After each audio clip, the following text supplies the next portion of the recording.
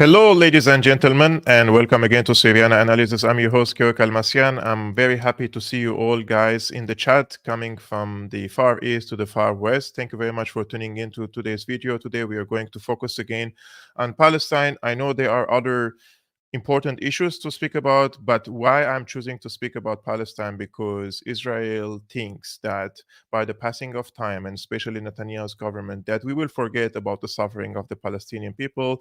And the Israeli government, the current radicals in the government, they think that by the passing of time, people will feel powerless because they're unable to change the current situation in the Gaza Strip, in the West Bank, and they will feel that they are unable to enable the Palestinians to have a state for themselves and a dignified life and human rights to be respected in the West Bank and the Gaza Strip, as I mentioned.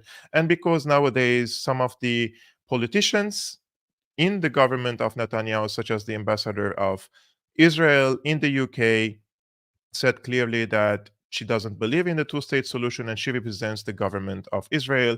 And also, we are seeing increasing attacks by the radical settlers against the Palestinians in the West Bank, where there is no Hamas. And this has been condemned by some of the Western governments, by the way. Even in the United States and in the UK, they are condemning these attacks on the Palestinians. And it seems there is a rift between some of the Western governments and the Netanyahu government about the future solution for this crisis in Palestine. Israel and the Israeli side is pushing forward to what is called the one-state solution under the rule of the Zionists. And I think this could lead into a regional war, and it could lead into huge repercussions in the region, especially that one of the preconditions or prerequisites or the vision that the Israeli government sees for this so-called future one-state solution is the expulsion of 2.2 million Palestinians from the Gaza Strip to the Sinai. And from Sinai, they're going to organize them not permanent, temporary residents uh, under tents. Sorry, the speaker started all of a sudden here to the loudspeaker here in my studio started speaking. Okay, I will just take off this. Anyways, so they want to send the Palestinians to the Sinai, and from Sinai they are going to organize through the so-called humanitarian NGOs asylum, humanitarian asylum.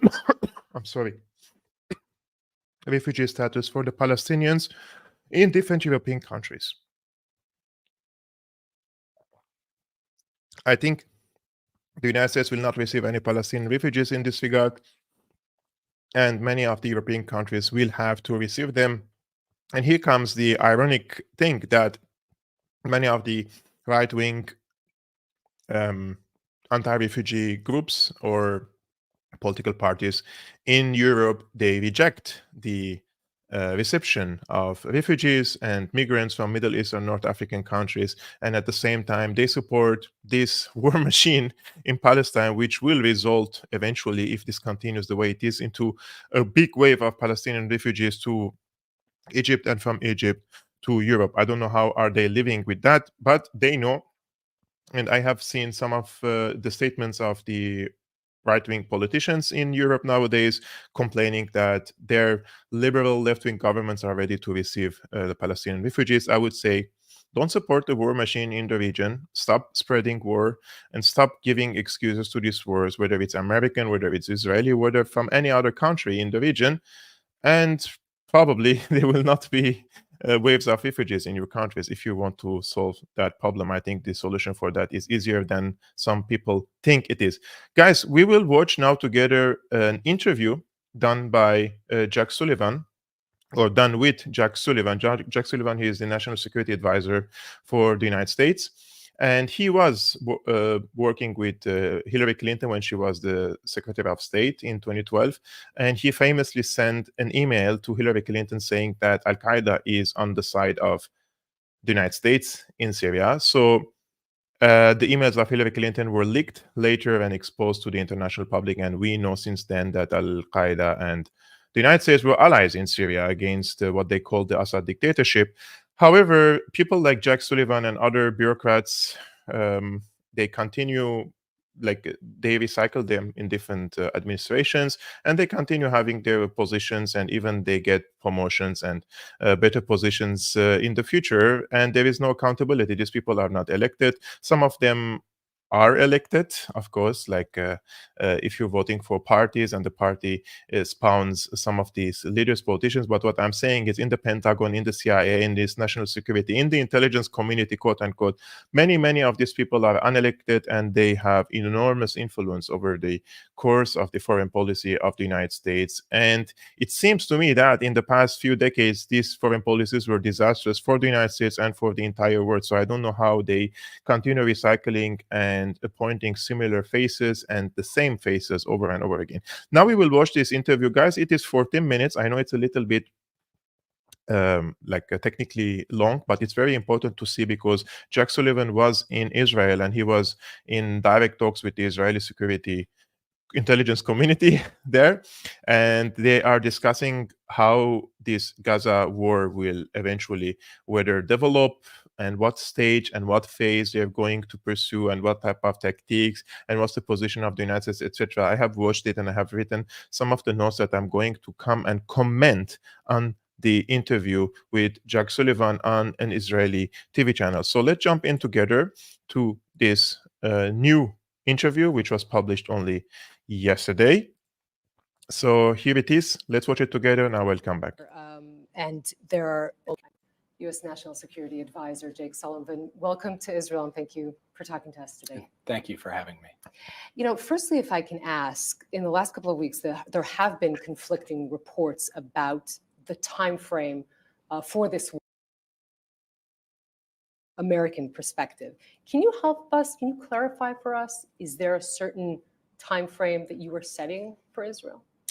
Well, first, Israel is going to continue to conduct its military efforts to get after Hamas for some time.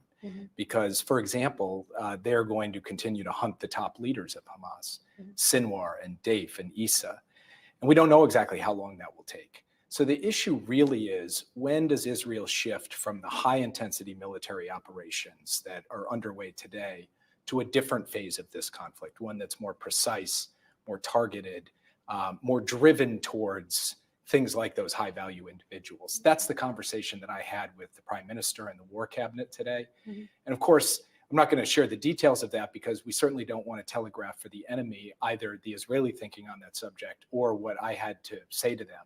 But I'll just say we had a very constructive conversation about these phases and how to think about the shift from high intensity to a different phase of the war.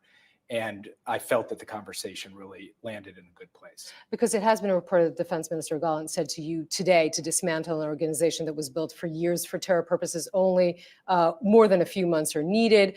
We've also been reporting, especially in our network, that Israel is indeed talking about the high intensity warfare to continue for, until the end of January, and then something of a continuous security presence in the Gaza Strip that may, last for until throughout 2024. Is that something that the United States is in agreement with Israel?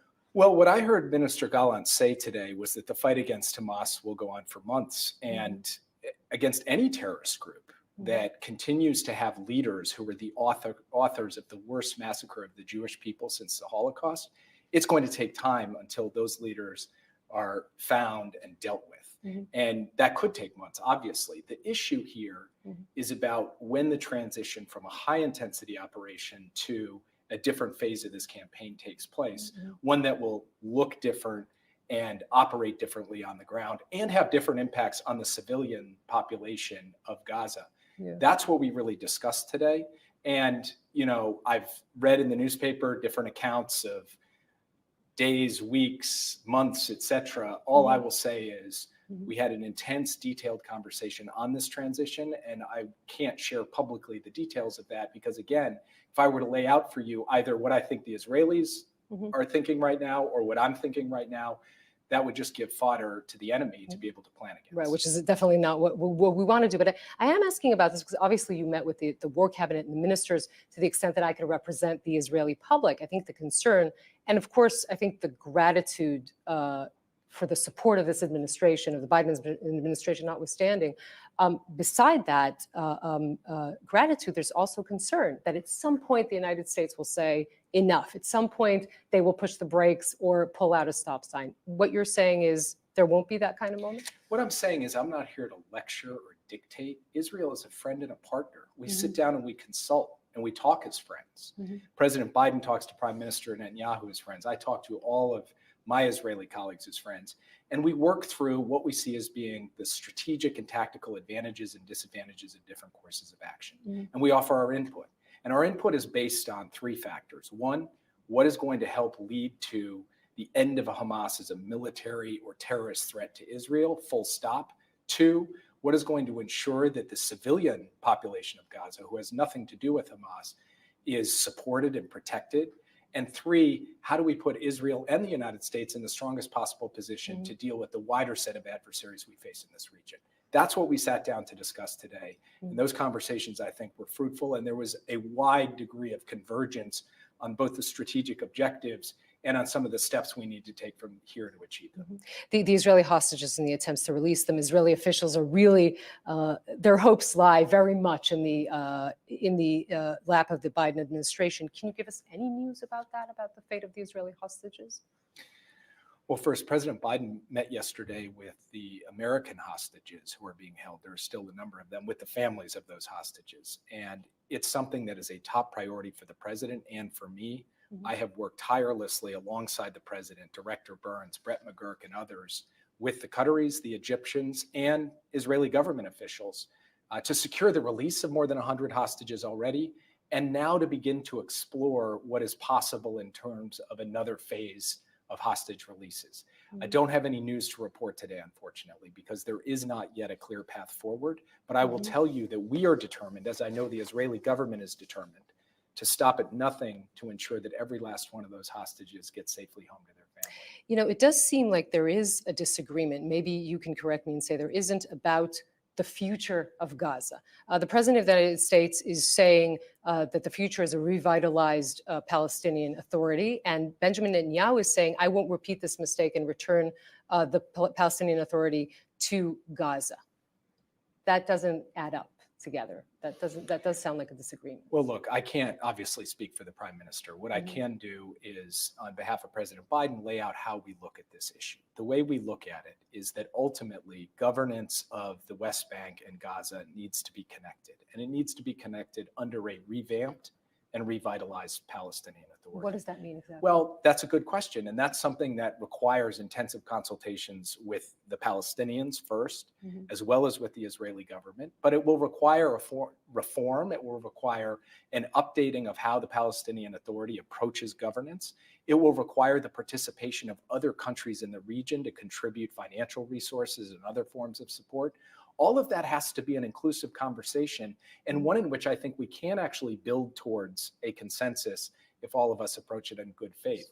At the end of the day, the goal should be to have a West Bank and Gaza connected under common leadership that does not represent any form of terrorist threat to Israel, and we are determined to arrive at that day. So you're saying that the Israeli government essentially is willing to discuss that future with your administration? Well, like I said, I'm not going to speak on behalf of Prime Minister Netanyahu, who obviously has spoken on this issue himself. What I am going to say is that they are prepared to talk to us very much, and we had some of these conversations today about what the question of governance and civil administration looks like, the question of security, and the question of reconstruction.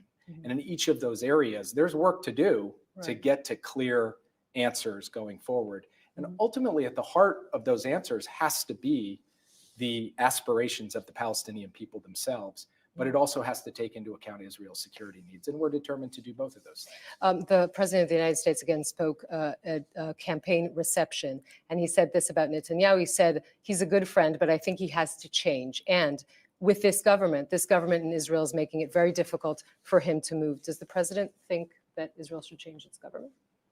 Well, the president was speaking, if you look at the entire context of his remarks, explaining to a group of his supporters how he sees things generally unfolding in Israel. He's going to let the Israeli people decide for themselves what their government looks like and what their elections look like. As a very seasoned politician, he believes in democracy, and he believes that the citizens of a country should choose their own government and would not have it any other way. Yes, we are a very extremely vibrant democracy. That's no question. Again, the president said in that reception, it talked about the support. Israel's security can rest in the United States. It has the European Union and most of the world supporting it, but they're starting to lose that support by the indiscriminate bombing that takes place. Does the United States think that Israel is bombing indiscriminately in Gaza? Well, actually, the president spoke to this issue again later that same day in his press conference with President Zelensky of Ukraine. And what he said was, look at what Israel's up against. Here's a country that was attacked viciously, ruthlessly, savagely by terrorists, 1,200 people slaughtered. And then those terrorists turned around and went and hid behind a civilian population. They used hospitals and schools and other protected sites to continue to commit terrorist attacks against Israel. Their spokespeople went out and said they would do October 7th again and again and again. Their entire credo is about destroying Israel as a Jewish state. That's what Israel's up against. And so they need to operate in a way against a foe that is entrenched among a civilian population, using citizens as human shields. And somehow Israel has to navigate that to destroy that terrorist threat. That is an unbelievable burden. The president was saying that Israel's intent is to conduct that campaign in a way that distinguishes between innocent Palestinians and Hamas. And what he would like to see as this campaign unfolds is that the results of the bombing campaign and the ground campaign match that intent. That's what we will continue to encourage the Israeli government to do. But the word indiscriminate, I mean, that is the one thing that Israel has been very adamant about, saying we are not doing that indiscriminately. I mean, so that is why I'm asking about that specific word that he used originally. And again, as the president said in this press conference with President Zelensky, the point he was making was simply that matching results and intent is something he will continue to encourage the Israeli government to do. And look, he's now had well more than a dozen conversations with Prime Minister Netanyahu, and they've talked at length about this question of civilian protection.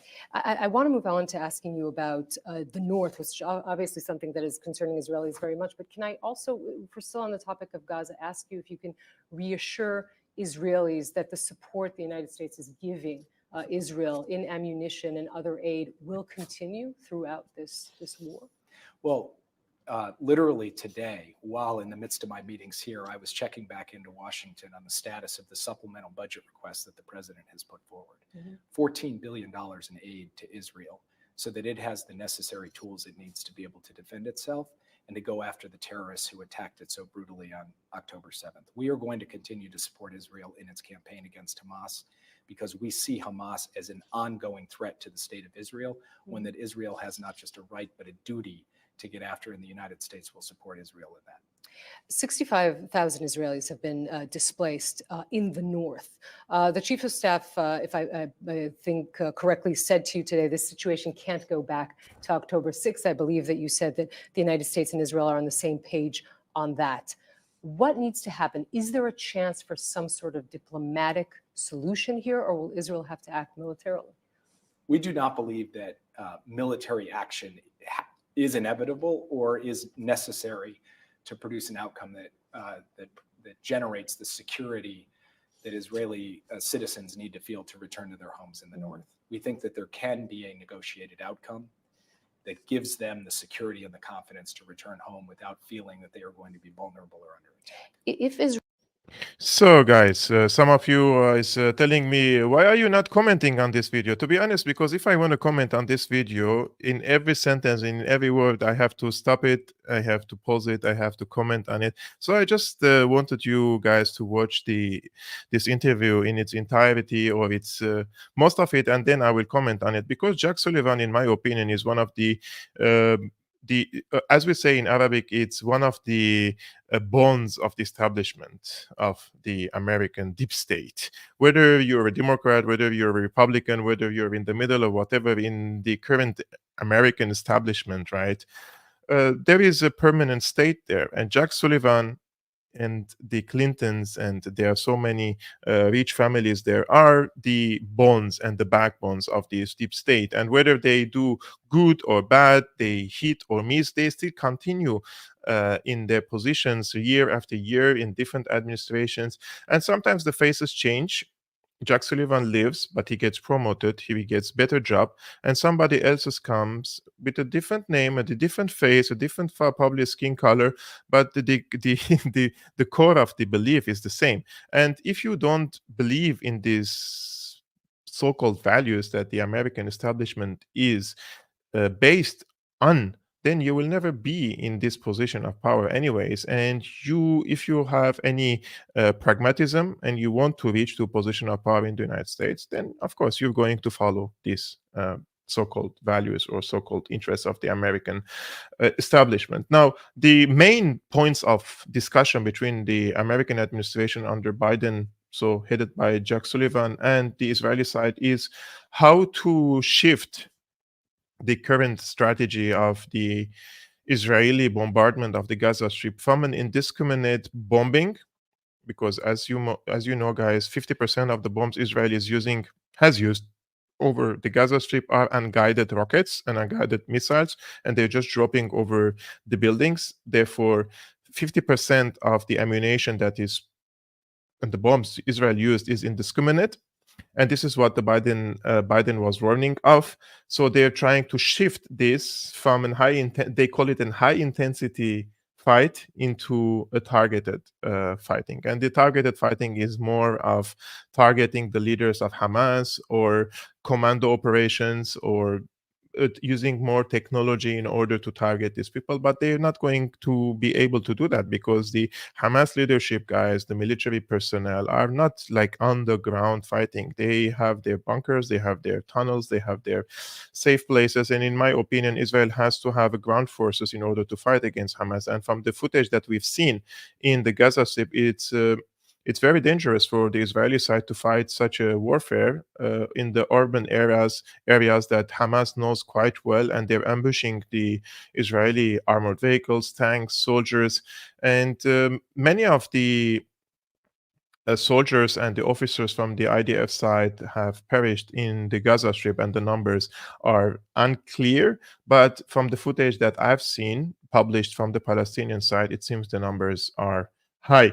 Now, from Jake Sullivan's also comments, I can see that what he said, that this war will continue for several months.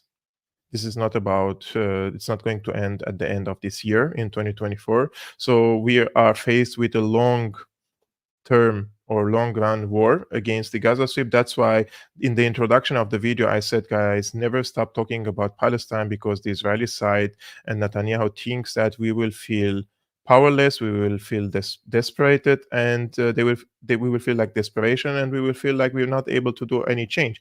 And why we are doing this? We are doing this to raise awareness. We are doing this to mobilize the people, to pressure their governments, to pressure the United States, to pressure the European governments, in order for these governments to practice pressure on the Israeli side to change their strategy from a high intensity to targeted, whatever that means, because there are so many reports now, and I'm coming, guys, to show you some of these reports, how the Israeli side is carpet bombing the Gaza Strip, and this is not an exaggeration, and we have to say it over and over again. The Israeli side is just not putting any efforts in sparing the lives of the Palestinians, and because of the strategy they adopted in the Gaza Strip, shoot any walking animal or a person there in a combat zone. Because of that, they killed their own hostages, and I'm going also to come back and show you the evidence for that. So the two-state solution, no, first, before that, Jake Sullivan said the end goal is to end Hamas danger on Israel. They have to provide protection to the Palestinian civilians and to position the US and Israel in a better position in the region. Of all these three goals, this is the main and the most important part from Jake Sullivan's speech. And all these things that I'm now summarizing from Jake Sullivan's interview, guys, I will bring to you examples and articles in order to show you what the United States is thinking about. Now, the two-state solution is still a point of disagreement between the United States and Israel. Israel doesn't believe in a two-state solution. They believe in an ethnocentric religious state, and they believe in a Jewish state. They say Israel is a Jewish state. If it's a Jewish state, then the others are second-class citizens, right? If a country calls itself an Islamic state, the rest are not first-class citizens. And unfortunately, saying that people are conflicting, conflating between these two things, and this journalist says that Israel is a vibrant democracy, but at the same time it's a Jewish, just for the Jewish people. In the United States, if Christian white people come and say we want for the United States to be white or Christian, they would be called out, right? And probably rightfully so. I don't know. I don't have a big opinion about these things. It's for the Americans to decide what kind of state and constitution they want for themselves, as long as they're not imposing on us, or they're coming occupying us or bombing us. But what I'm saying is, in any other country, if a group of political parties or one political party or politician comes and say we want a white country, we want an ethnocentric religious country, and based on religion and based on Christianity, etc., etc., they will be called out. They will be called far right. They will be called as fascist, etc., etc. Now, the United States will supply 14 billion aid to Israel. This is a new package of aid to Israel. Sullivan calls it supplemental aid. This is not a fundamental. This is just a supplement, and they're presenting, giving Israel more weapons, ammunition, and so most of the weapons, by the way, used against the Palestinians in Gaza and the West Bank are American weapons. So anyone who comes and tells you that the Biden administration or Obama or Biden or Trump or any other, now even the RFK, anyone who comes to power, they will continue the unconditional support of Israel, period. There is no one who can um, be on the opposite side of Israel. It's impossible. I mean, look at RFK. RFK, and I'm going to show you one of the videos today of RFK. Recently, he had an interview which he made a big lie, by the way, and I'm going to prove to you how he lied. All of them are on the same page when it comes to Israel. I really wonder why. And when RFK speaks about the pharmaceutical industries, when he speaks about Ukraine, when he speaks about Syria, when he speaks about the other proxy wars, you can see that this guy, he's in his mind like this. He's a clever, he's intelligent, and he knows what's going on there. Except when it comes to Israel, he's completely, it's like the opposite side of whatever he's preaching in the other conflicts, which makes you wonder what's happening with him, right? Now, because Jake Sullivan also spoke about the hostages, this is a main issue that is being negotiated nowadays, guys. This is a scoop. This is an exclusive report by Axios. Israel's Mossad chief met Qatari prime minister to resume hostage talks. So, although the Israeli side was saying they're not going to continue negotiating about the exchange of prisoner deal, a new one with Hamas, etc., now they are negotiating with the Qatari side as a mediator to release more prisoners from or hostages from the Hamas captivity. Israel's Mossad spy agency director David Barnea met with Qatari Prime Minister Mohammed bin Abdulrahman Al Thani on Friday night in Europe to discuss resuming negotiations to secure the release of hostages held by Hamas in Gaza, according to two sources familiar with the meeting. Why this matters, guys? It was the first meeting between senior Israeli and Qatari officials since the collapse of the 7-day ceasefire that led to the expansion of the Israeli military operation to southern Gaza. And one source said the talks are just the beginning and stressed the process is going to be long, difficult, and complicated. Two, CIA Director Bill Burns and Egyptian intelligence chief Abbas Kamel were briefed on the meeting and are helping in the renewed push for a hostage deal, the sources added.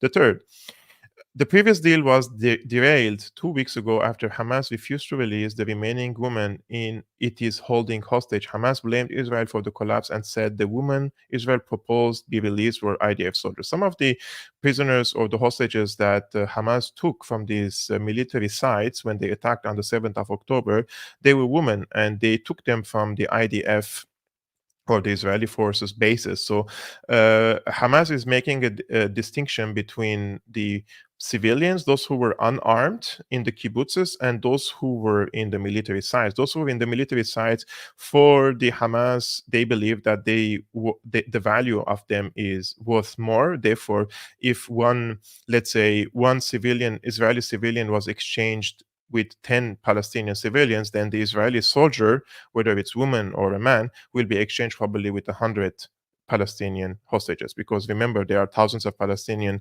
hostages and prisoners in the Israeli prison cells.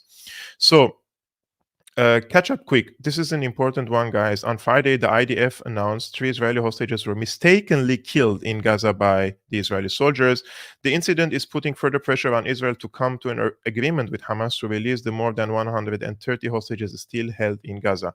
The IDF said the 3 might have managed to escape or were abandoned by their Hamas captives during fierce fighting in northern Gaza. Shortly after the Israeli statement, several family members of hostages still held by Hamas publicly called on the government to present a new plan for a new deal to secure their release as soon as possible. More than 100 hostages were released in November as part of a deal that paused the fighting in Gaza for several days. Now, according to the Israeli statement, guys, this was a mistake, right? The Israeli forces mistakenly shot their own hostages and they killed 3 of them in the Gaza Strip. But this is a report by the Sky News, and again, a new statement by the Israeli forces. They say hostages were holding white cloth on stick when Israeli forces shot them dead. So this is an important thing. If somebody was walking to the Israeli side and they were holding a white cloth on stick, which means they were surrendering. And despite that, the Israeli side shot them because they thought they were Palestinians, right? They didn't know those are hostages. This raises a big alarm and a big question. Let's suppose these were Palestinians, right? They would have just died. and nobody have even asked about them or said how they died and was it a war crime, etc., etc. But here, the official in the Israeli army says that the initial inquiry into the incident has found the hostages were fired upon against Israel's rules of engagement. Okay, so because as I told you, if these people were carrying a white cloth on a stick, which means they were surrendering and they were declaring that they're peaceful and they don't, it's a surrender sign, right? If they were shot, this is a war crime. And because the previous statement of the Israeli army said so, that they were holding this, they shot their own hostages, and now we know that they were carrying a white cloth. The official now, the IDF, because they want to protect their army, they say these soldiers acted against Israel's rules of engagement. But is this true? Now I will come and prove to you that this is untrue as well. The IDF said yesterday that the victims, all Israeli men in their 20s, were killed during combat with Hamas militants. They had wrongly been identified as a threat, the military said previously. Those are the 3 hostages, guys, who were shot by the Israeli forces, who were, I don't know how they were freed from the Hamas side, but apparently they were shot and got killed by the Israeli soldiers, so a friendly fire. A soldier saw the hostages emerging tens of meters from Israeli forces in the area of Shijaiya, he added. They are all without shirts and they have a stick with a white cloth on it. The soldier feels threatened and opens fire. He declares that they are terrorists. The forces open fire. 2 are killed immediately, the military official stated. The third hostage was wounded and retreated into a nearby building where he called for help in Hebrew. Okay.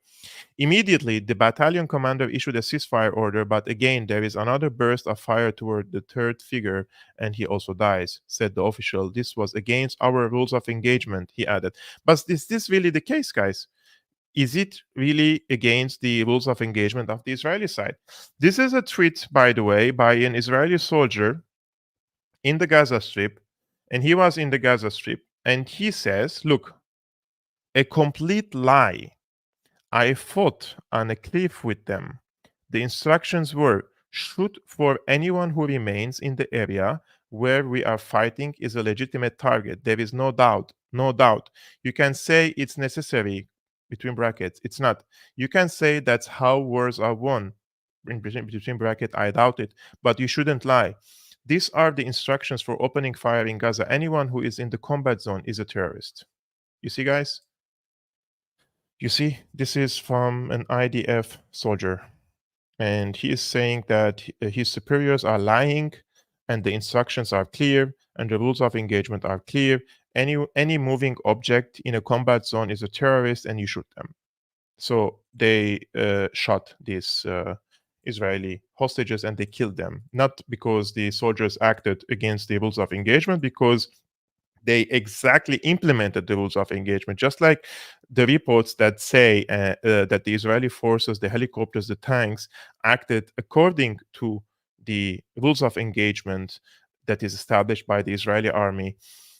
On the 7th of October, when the Hamas militants were taking hostages from the kibbutz and they were taking them to the Gaza Strip, and some of these kibbutzes were bombed by the Israeli forces, and some of the hostages were killed during the bombing of the Israeli side, and this is called Hannibal Directive. The Hannibal Directive of the Israeli army says that when a terrorist captures an Israeli hostage and they're taking to the Gaza or anywhere, you have to shoot and kill the prisoner, the terrorist and the hostage. This is the rules of engagement.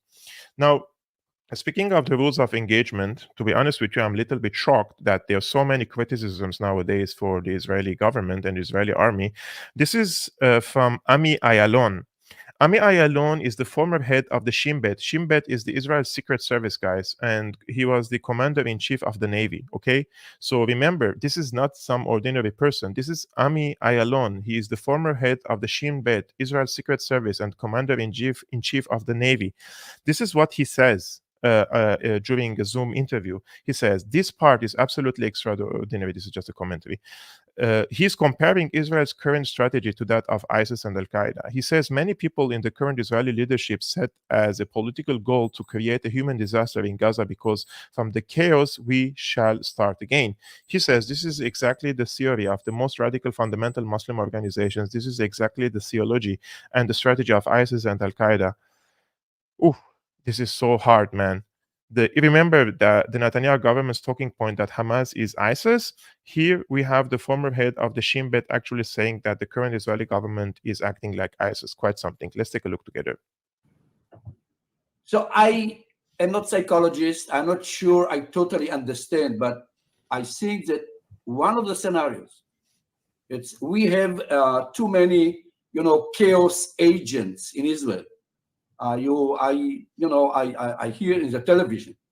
Some of them used to be my friends, and they explain me and us and all of us that our goal, not military, our political goal should be to create a human disaster in Gaza. Because from the chaos, we shall start again. And I can tell you, David, Aaron, that this is exactly the theory of the most radical, fundamental Muslim organizations. This is exactly the theology and the strategy of ISIS and of Al-Qaeda. From the chaos, we shall survive. And I'm afraid that what Ephraim rightly said, all of us who studied something in any university understand that you cannot send youngsters to war without defining a political goal. A military goal is never the end goal. Military is a tool. War is not the objective. And political goal and the essence of victory. Victory is never measured in military terms. So when we say the day after, we are trying to define the concept, the idea of victory. And we are not doing it. It's a huge failure. So, guys, this is the former head of the Israel Secret Intelligence speaking about this, and it's a big criticism, in my opinion, unprecedented criticism coming against Israel, whether from the allies, whether from the foes of Israel, whether from the citizens and the former officials of Israel, right? I've seen former prime ministers speaking against Netanyahu. I've seen now former intelligence officers, former officers in the army. It's quite something. It's quite something. Just before I continue this conversation with you guys, in the previous live streaming, one of the friends and fans sent a comment saying that I should play 10 to 20 minutes countdown before I start this live streaming. I want to hear your opinion. First of all, do you agree with that? Shall I play 10 to 20 minutes let's say countdown? For example, I'm starting sometimes at 5 p.m. Central European times and sometimes, let's say, 6 p.m. Central European times. Shall I start a 20 minutes countdown before the live stream starts so that more people come? And if yes, I want help from someone who can create a countdown to me. And I have an example in my mind. I've been a guest on The Redacted with Clayton Morris a few times, and he has an amazing countdown, 20 minutes, I believe, or 30 minutes, that it's very interactive. The music is nice, and people do not get bored by watching it, right? So if you agree with that, please send me an email. I will just post my Syriana Analysis email now in the comments. And this is the Syriana Analysis at gmail.com, guys. If you have any idea, please send me. I'm ready to pay €100 or something if someone can create, let's say, a 10 minutes, very good professional countdown, just like the redacted. Those who was going to send me, guys, the email on syrianaanalysis@gmail.com, I will send them the sample that I like from the redacted, so this person can see, and if they can create something similar, interactive, political, then people can be entertained while they're waiting for the live stream. I would really appreciate it. I think 10 minutes is quite enough. So this is the email is on the screen anyways. And yeah, so speaking of, guys, the strategy of the Israeli side in the Gaza Strip and the carpet bombing, because some people, they disagree with this notion, right? And they say the Israeli side is not carpet bombing or not using a radical approach in the Gaza Strip. This is from The Economist, right? This is coming from The Economist, mapping Israel's war in Gaza. Unfortunately, I cannot highlight this article because I'm showing you from the archives. And from the archives, I don't know why I cannot highlight it, but this is the map of the bombardment. Now, here it says Israel dropped 6,000 bombs in the 6 days following Hamas's attack, right? In 6 days, every day, so they dropped 1,000 bombs per day. And this is the analysis. They're saying how they found this, and our analysis of open source satellite images show the scale of destruction. We use data from Sentinel-1. So they used open source satellite images to determine how much damage the Israeli side has caused in the Gaza Strip. So according to that, so here, by analyzing the image from the December 12th, I will just a little bit zoom in for better read. By analyzing the image from December 12th, we estimate that almost 40,000 buildings have been damaged, roughly 16% of the building stock of the Gaza Strip. This is 4 times the number that we identified as damage on October 13th. By emerging our damage map with fine-grained population data, we calculated that at least 450,000 people will have no home to return to when the fighting ends. So according to these initial estimates by The Economist, which they analyzed the satellite imagery, so around a quarter of the people will not have home when this war is over today. And roughly 16% of the building stock in Gaza have been destroyed.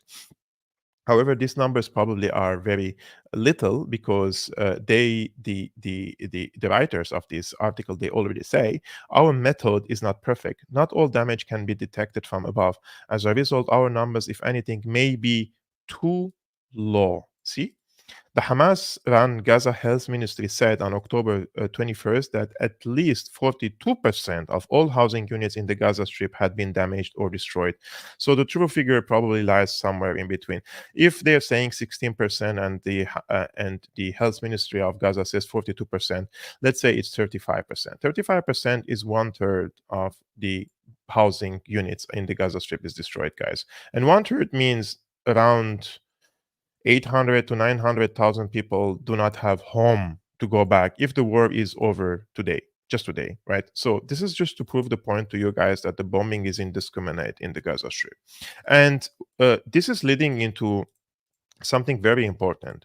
It's changing the minds in the Middle East and North Africa. And when I say the minds, people think that everyone hates Israel, everybody wants to fight against Israel, blah, blah, blah, like Israel wants you to believe. But some people in the region, they say, we're tired, let's make peace with Israel, let's have normal relationship, etc., etc. And many of the people, not many, but there's also a portion of the people who see Iran as an enemy in the region and not Israel enemy in the region, right?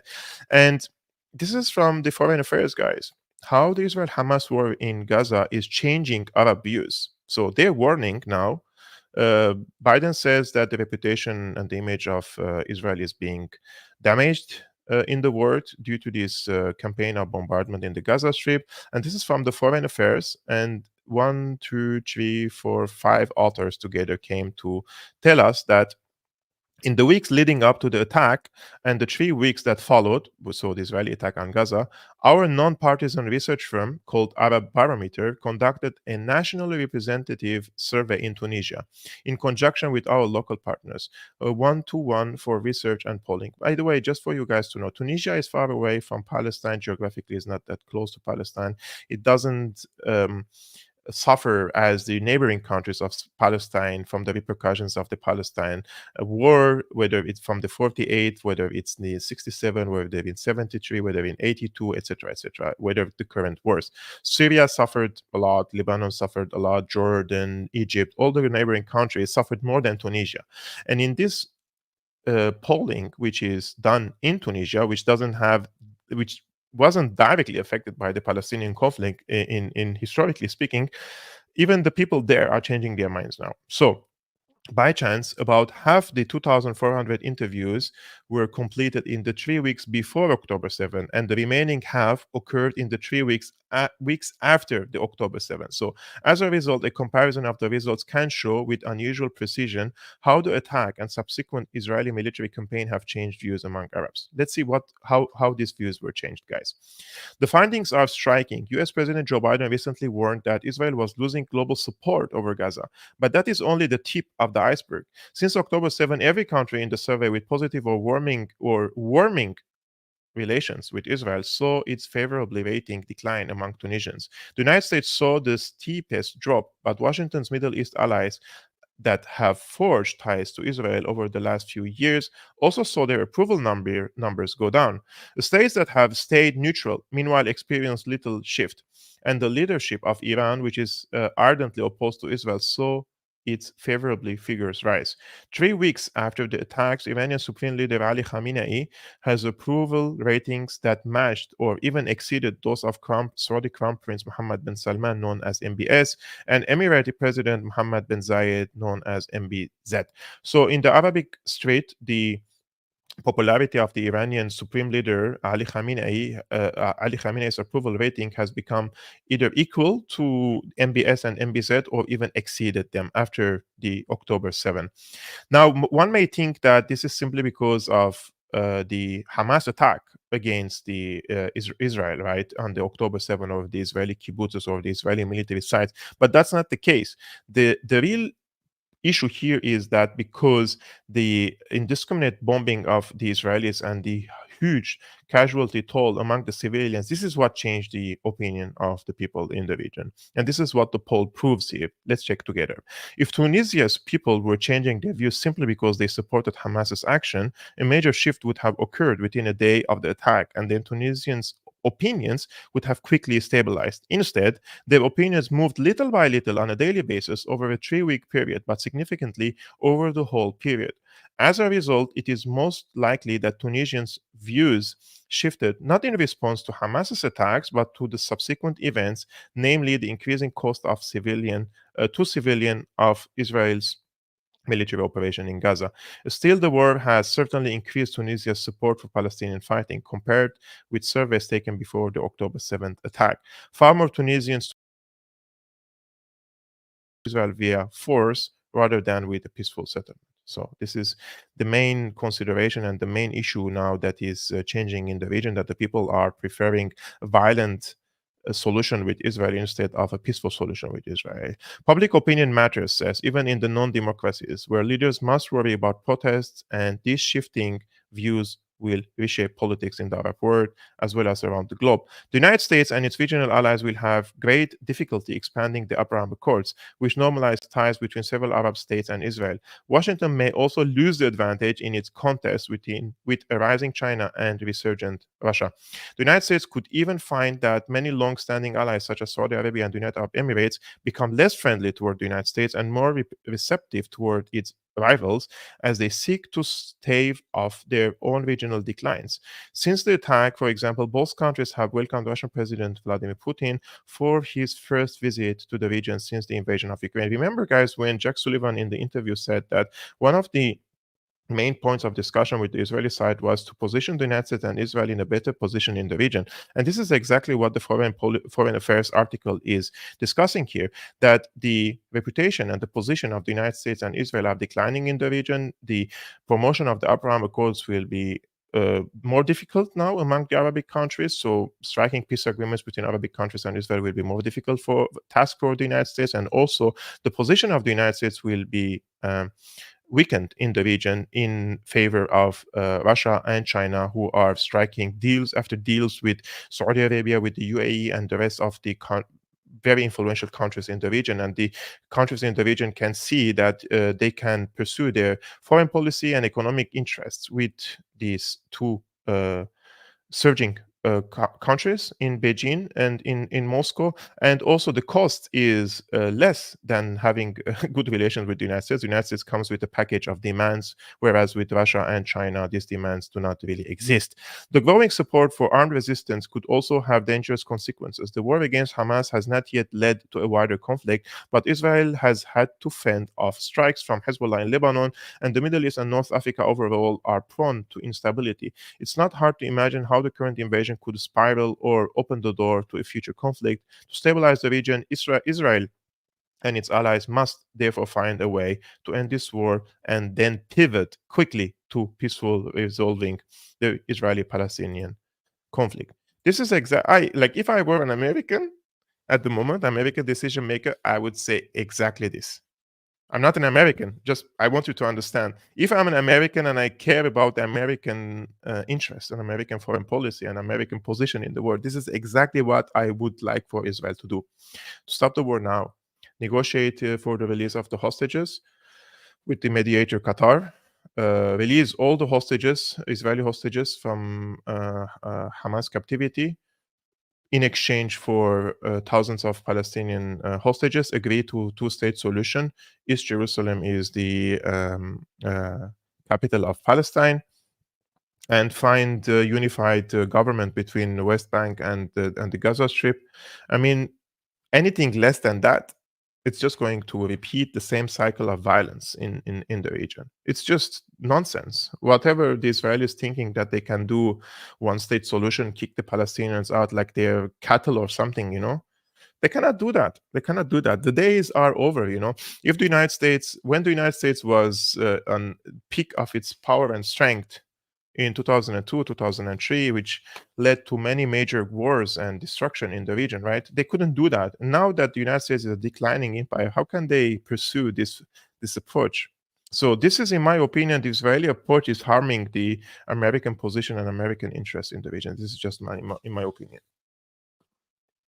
So guys, before I move on to the last thing in this live streaming, if you guys liking my content and what I'm doing on Syriana Analysis, please hit the like button when you watch this video. It's free, just like on YouTube or on Rumble, and share it with your friends. I would really appreciate it because it also brings more viewers to my channel. And if you like to support my independent show, the link is here on the screen, www.patreon.com/Syriana Analysis. It only costs you $2 per month, but it gives me a very huge support also to be 100% free for independent journalism and independent researching and independent political commentary on YouTube, Rumble, X, etc. This gives me the privilege, Otherwise, I'm also have to work other jobs and I'm running from one work to another. That's why 2 days ago I couldn't make a live streaming. So the last thing that I want to show you guys is RFK. It's sickening me to see RFK speak like this. And he was on an interview. And yeah, he says, if Mexico attacked us and we built a fence, would you blame us caging in Mexico? Let's watch this 3 minutes together and I will comment on something. He mentioned a very big lie in this interview, guys, and I will show you the proof and the evidence for that. International aid agencies have given Gaza more than 10 times per capita what we gave to rebuild all of Europe after the Marshall Plan. They've gotten $8,300 per capita, every person in Gaza. We rebuilt Europe with $621 per capita in Europe, and we rebuilt it. What did they do with that money? Instead of using it to make this, Gaza's this beautiful country, white sand beaches, it should be a paradise. Hamas said, we don't want that. They take virtually all of that money and they steal it. So the top 5 guys, the top 5 leaders of Hamas are billionaires. Ismail Haniyeh has $5 billion, according to Forbes. But Bobby, again, wait, let me just finish. Did you listen what he said, guys? The top leaders of Hamas are billionaires, and of course, I'm not defending them, and I've been cursing them for 10 years already. But I will show you that this is a lie. Just let's continue now, and I will show you the lie. No, because you made us. Hamas. We know you are making a statement that is just wrong. It's not Israel's fault that Gaza is poverty-stricken. Gaza should be one of the wealthiest states on the Mediterranean. They have no control over their own territory. Of course, Israel if you go to war, controls if you go to everything that comes in and goes out. if you go to war, no, What do you- Crystal, why are you hold on. blaming? Why do you insist on blaming Israel rather than blaming No. Hamas? I do blame Hamas, but Well, you know what Hamas- else, Bobby? Our tax dollars do not go to Hamas. They go to the Netanyahu Yeah, and why? And you know our what? bombs, 22,000 You of know which what are being most- bombed, dropped on the Right, you civilian know what? population right You now. know what most of our tax dollars have gone for? For the Iron Dome, which is a way of not invading Gaza. Our country and Israel for 16 years have expended this huge amount of money to try not to go into Gaza, while Gaza sent 2,000 rockets a year, suicide bombers, and of course And Israel's how been many like, let times me. has Israel come in and quote unquote mowed the lawn? They've gone in 5 times, and every time they've signed a peace agreement with Hamas, and every time they violated that peace agreement. Let me Well, just Israel also has Oh, been why killing are you- Palestinians in West Bank. But Bobby, hold on. listen. I want to move If forward. Mexico attacked us and we built a fence, would you blame us for caging in Mexico? Well, I don't know what it is, but everything in your mind is telling you to blame Israel Bobby. instead of blaming Hamas. Guys, do you really think that he's speaking his mind?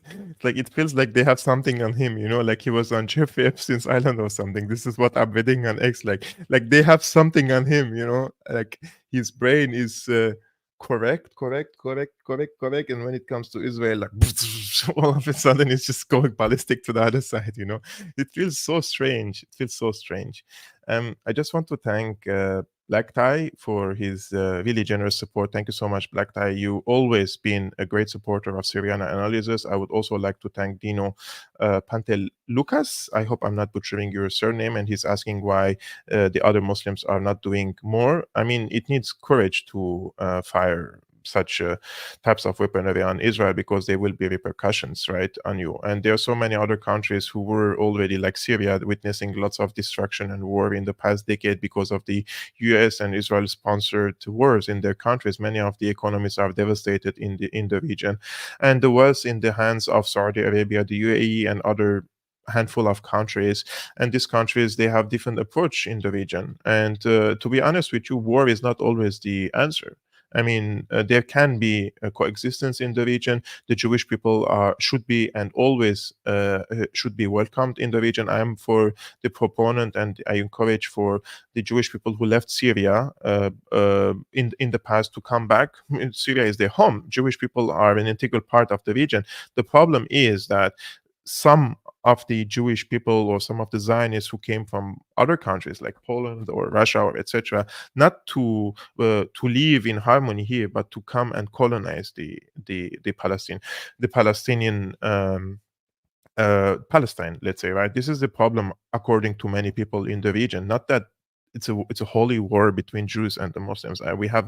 I have personally zero problem with any Jewish person as long as he wants to live in peace and harmony. For example, I'm a very good friend of the Kurdish people in Syria, but at the same time, I'm in opposition for the calls from the Kurdish side to have their own independent state on Syrian territories. I want for all the people to have equal rights, equal opportunities, equal duties, equal responsibilities in front of one constitution, and not like Jewish people have their own country, Christians have their own country, and then we divide the Muslims into different religion between different school of thoughts and sects, and then each one of them have to take their own piece of cake, and then the Kurds come, and then the Armenians come. No, Syrian Republic can absorb all of them, right? Palestine can absorb the Jews, can absorb the Christians, can absorb the Muslims, can absorb the atheists, can absorb the agnostics, can absorb the Hindus, can absorb everyone.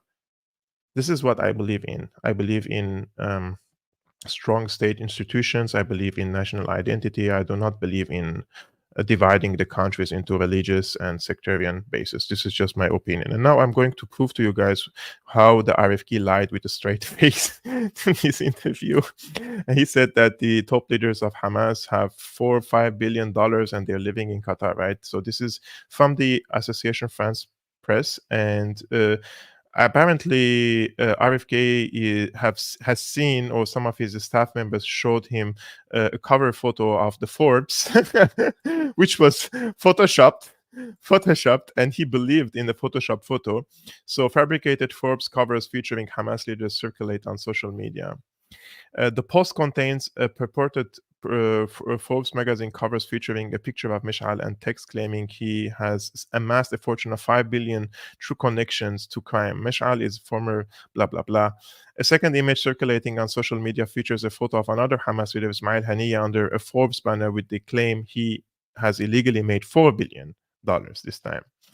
And Association Press says accounts held by Israeli Foreign Ministry have shared the fake Forbes covers in numerous languages, including in English, on X, here and here, so on different pages on Twitter. The Israeli embassy in Germany also posted the covers 2 times, along with Israel's mission in Austria. These posts have prompted thousands of reshares, although the covers had already been circulating before the embassies waded in. The Israeli Foreign Ministry said in a post on X that the covers are satire and illustrative afterwards. However, many social media users presented the images as genuine. Forbes cover story congratulating Hamas leader Khaled Mishal, says one post on X. Another post on the Chinese content sharing site NetEase reads, Hamas leaders on Forbes rich list. When they want money, Gaza bleeds. Forbes told, so the magazine itself told the Association France Press that both covers are fake. Its chief communication officer, Bill Hanks, wrote in an email on November 6 that they contained formatting irregularities that would not be found in a genuine issue. The editor-in-chief of the magazine's German edition, Klaus Fiala, also said in an email the same day, I can confirm that no corresponding Forbes edition has been published in German. But anyways, RFK is repeating that. Just for you guys to know, with my bottom of my heart, I dislike Ismail Haniyeh. The bottom of my heart, I dislike Khaled Mishal. I think these two are stooges. I think they are using the suffering of the Palestinian people, and they are just, sorry to say, barking dogs in Qatar, sitting in the country which has the biggest American military base in the region. And they claim and pretend to be some sort of resistance fighters while sitting in their nice apartments in Qatar and enjoying the pushy lifestyle there. They were instrumental in destroying Syria as well. They were barking against Syria for a long time and calling for Hamas grassroots to be against Syria. So they participated also in destroying Syria. I dislike them. And this is why I always tell you guys, I have no intention, in no way, to support or protect or whatever they try to say nowadays. I dislike Hamas. And I'm here telling you the truth about what's happening in the Gaza Strip from the point of view that the Palestinians must have their statehood, and it's not possible for anyone to come and take that right from them. And they need to have dignified life. They need to have human rights. They have to live in their homes, in their farms, and enjoy their livelihood, just like the rest of the world. I don't understand why it's that so difficult for some of the propagandists to understand. I'm not with Hamas. I dislike Hamas. I've been attacking them. When I was smearing Hamas in the past 10 years and attacking them 10 years, if you know me in the past, I've been attacking them a lot. Israeli journalists thought they finally found some Syrian who attacks Hamas. So they started following me on X. They started sending me invitations to Israeli TV channels to be a Middle East expert on the channel. Of course, I categorically reject. I refuse to participate on an Israeli TV channel before Israel withdraws from all the territories they occupied from my country, Syria, and from Palestine, from Lebanon, which means they adopt and implement and enforce international law on Israel, unless Israel stops acting like occupying power and ceases to be an occupation power. After that, we see. But before that, no way.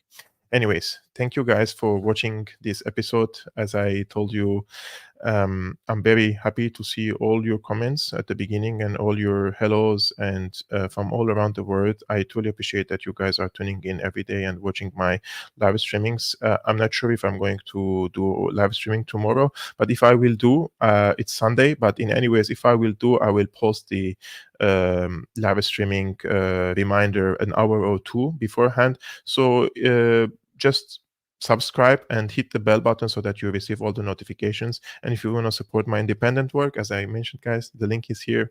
I would really appreciate it, and see you soon. Ciao.